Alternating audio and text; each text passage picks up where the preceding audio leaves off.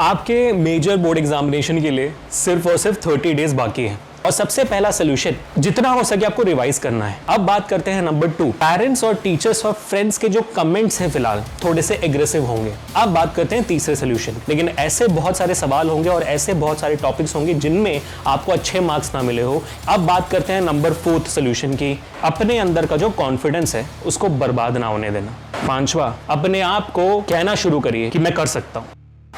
आपके major board examination के लिए सिर्फ और सिर्फ 30 डेज बाकी है। 26 जन के बाद फरवरी 26 को आपका फाइनल एग्जामिनेशन शुरू हो जाएगा मेजर सब्जेक्ट का, जब इंग्लिश आने वाली है ना।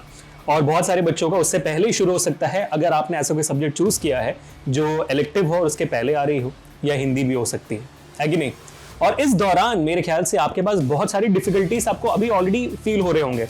सर डाउट्स बहुत ज़्यादा हैं, टीचर्स थोड़ा सा प्रेशराइज कर रहे हैं स्कूल में, प्री बोर्ड्स को लेकर थोड़ा बहुत ज़्यादा टेंशन है, घर पे भी थोड़ी सी नोक शुरू हो गई है पेरेंट्स की साइड से, थोड़ा सा ज़्यादा पुश कर रहे हैं पढ़ाई करने के लिए। और वैसे ही बात करें तो दोस्त भी थोड़े से ज़्यादा कॉम्पिटिटिव हो गए हैं। अब सिलेबस कंप्लीट हुआ है कि नहीं पता भी नहीं, अगर हमारा न्यूमेरिकल्स नहीं हो पाया बोर्ड एग्जामिनेशन में, या कोई सवाल अटक गया, या टाइम पे अगर आपका बोर्ड एग्जामिनेशन नहीं हो पाता है तो क्या करोगे? 3 घंटे में पेपर खत्म हो पाएगा? नहीं हो पाएगा। सिलेबस बाकी बच गया तो रिविजन कैसे करेंगे? इतने सारे प्रॉब्लम्स मेरे ख्याल से आपके दिमाग में चल रहे हो। तो आज बेटा मैं आपके लिए 5 सॉल्यूशंस लाया हूं, तो हो सकता है कि ये सारे के सारे प्रॉब्लम्स आपके थोड़े बहुत सॉल्व हो जाए। तो इस वीडियो को एंड तक देखना, ज्यादा वक्त नहीं लूंगा आपका, 3 से 5 मिनट का वक्त, बस इतना ही। बस थोड़ा बहुत आपको दिल को दिलासा मिल जाएगा, समझ रहे हो? थोड़ा सा 5 मिनट जरूर देखना। सबसे पहले इन सोल्यूशन से जान से पहले आपको ये कहना चाहता हूं कि भाई आप अकेले नहीं हो इस रेस में, ठीक है। बहुत सारे बच्चे हैं जो एग्जैक्टली जो आप फील करो वही फील कर रहे हैं, कोई भी डिफरेंस नहीं होगा। तो अपने आप को बस इस सफर में अकेला मत समझना, बच्चे भी है और मैं भी हूं। मैं भी क्यों हूं और हर टीचर क्यों है? क्योंकि हमने भी जब 10th ग्रेड में थे तो यही महसूस किया था। तो आपको चिंता करने की बिल्कुल भी जरूरत नहीं है। चलिए शुरू करते हैं इन 5 सोल्यूशन से। और सबसे पहला सोल्यूशन ये रहा आपके सामने। पहला सोल्यूशन में इतना कहना चाहूंगा आपको कि भाई जितना हो सके आपको रिवाइज करना है। हाँ, सर ये तो बहुत ऑब्वियस सी बात है ना। नहीं, जितना हो सके जो पढ़ा है उसे रिवाइज करना है। इन आखिरी 30 दिनों में कुछ नया पढ़ने का जो आपका जो नया पढ़ने का आपका जोश होगा उसको थोड़ा कम करिए। ये बहुत इंपॉर्टेंट है कि जो भी आपने ऑलरेडी पढ़ा हुआ है पहले उसको रिवाइज करिए, वरना जो हाथ में था वो भी छूट जाएगा और जो पकड़ में नहीं आ रहा था वो तो फिर गया ही। समझ रहे हो बात को? तो जो भी आपने पढ़ा हुआ है, तो जो भी टॉपिक आपको पढ़ा हुआ है उसको और स्ट्रांग बनाइए रिवीजन करके।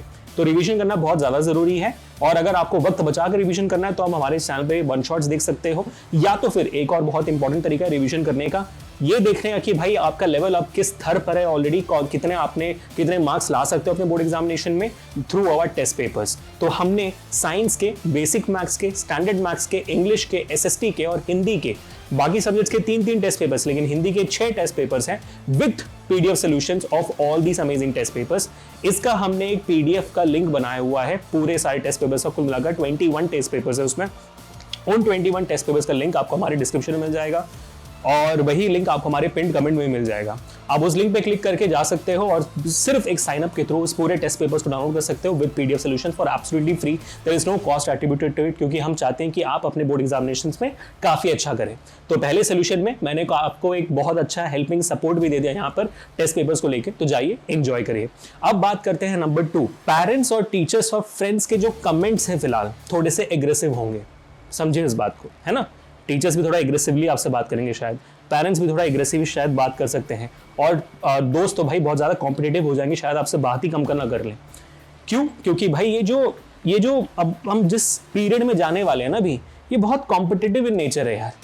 यहाँ पर हर कोई अपना सपना पूरा करना चाहता है। यहाँ पर आपके हर एक पेरेंट चाहते हैं कि भाई मेरा बच्चा अच्छा करे बोर्ड एग्जामिनेशन में, वो शायद समझ नहीं पा रहा है, वो शायद समझ नहीं पा रही है, तो हमें पुश करना चाहिए। ये उनके दिल और दिमाग में घूमता रहता है। यही सेम चीज़ होती है आपके टीचर्स के साथ भी। टीचर्स चाहते हैं कि मेरे क्लास में जो भी बच्चा बैठा था वो पढ़कर अच्छे से पास हो जाए, अच्छे मार्क्स से पास हो, तो वो भी एग्रेसिव होने लगते हैं। तो लेकिन इन 2 लोगों में, टीचर्स और पेरेंट्स में कॉमन क्या है? कॉमन ये है कि वो आपके लिए सोच रहे हैं, अपने लिए नहीं सोच रहे हैं, है ना। पेरेंट्स, आपके अच्छे मार्क्स आएंगे तो पेरेंट्स के साथ क्या ही होगा, आपके अच्छे मार्क्स आएंगे टीचर्स के साथ क्या ही होगा। वो यही चाहते हैं कि भाई आपके मार्क्स बढ़े, आपका ही फ्यूचर अच्छा हो। पेरेंट्स भी यही प्योरली चाहते हैं पेरेंट्स कि आपके ही मार्क्स अच्छे हो ताकि आपका फ्यूचर अच्छा हो, जिसकी वजह से उनका सबका फ्यूचर अच्छा हो। दोस्त भाई कॉम्पिटिटिव होते हैं, वो भी कहीं ना कहीं चाहते होंगे कि भाई ये निकल जाए अच्छे से। आप भी अपने दोस्तों के लिए चाहते हो, नहीं चाहते हो? तो let me know in the comment section. तो यू गेट द आइडिया। तो बात ये है कि जो भी ये इनके कमेंट्स होंगे, आप एक्सपेक्ट करके चलो कि भाई एग्रेसिव होने वाले हैं, तो आप इस कान से सुनोगे और इस कान से उसे निकालोगे। जो चीजें दिमाग में नहीं उसको दिमाग में लोगे, लेकिन कोई भी चीज को अपने दिल में नहीं लोगे। इसको ध्यान रखें, ठीक है? आप अपने पेरेंट्स को, टीचर्स को, दोस्तों को जानते हो कैसे वो कैसे हैं। इस टाइम पीरियड में जो भी चीजें होने वाली है उससे उस चीज को लेकर उनको जज ना करें, ठीक है बेटा? अब बात करते हैं तीसरे सोल्यूशन की। आपके बहुत सारे पीरियोडिक टेस्ट हुए होंगे, बहुत सारे मंथली टेस्ट हुए होंगे, बहुत सारे फर्स्ट टर्म्स, मतलब एक फर्स्ट टर्म होगा, एक मिड टर्म होगा और बहुत सारे प्री बोर्ड्स हुए होंगे। इन सारी चीज़ों में, इन सारे एग्जामिनेशंस में आपके बहुत सारे सवाल सही गए होंगे, बहुत सारे टॉपिक स्ट्रांग हुए होंगे, लेकिन ऐसे बहुत सारे सवाल होंगे और ऐसे बहुत सारे टॉपिक्स होंगे जिनमें आपको अच्छे मार्क्स ना मिले हो या जिनमें आपकी गलती हुई हो। क्या आपने उन गलतियों को नोट डाउन किया?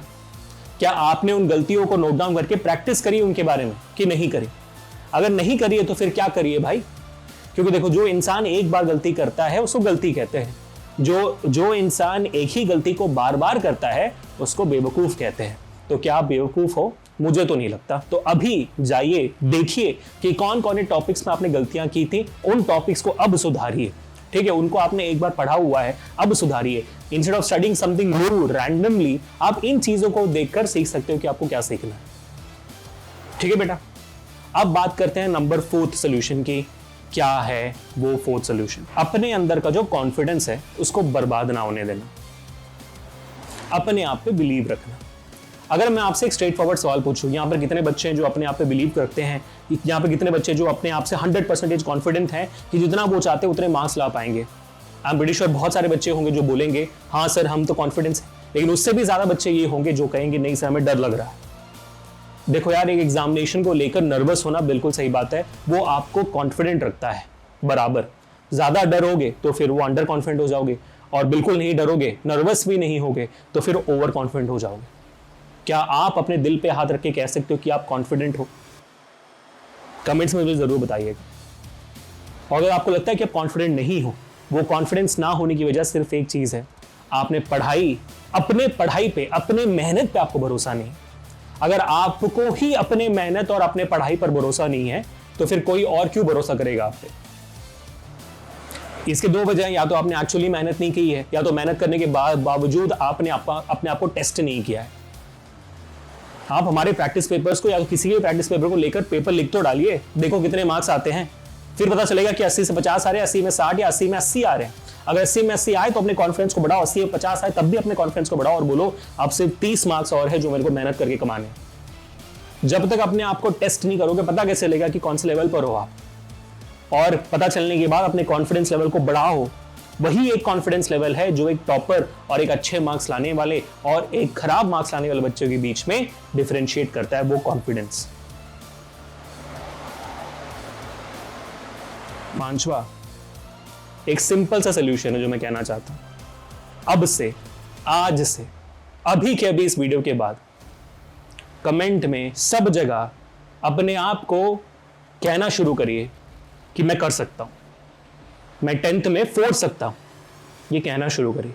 और जब ये बार बार हर दिन कहोगे, हर बार कहोगे, पढ़ने से पहले, पढ़ने के बाद कहोगे, दिमाग समझने लगेगा कि हाँ बेटा ये कर सकता है। और जब दिमाग समझने लग जाए ना, और कोई कुछ नहीं चाहता। मिलते हैं आपसे नेक्स्ट सेशन में ऐसे धमाकेदार वीडियो के साथ। Until meet the next time, this is Abhishek signing off. Peace people.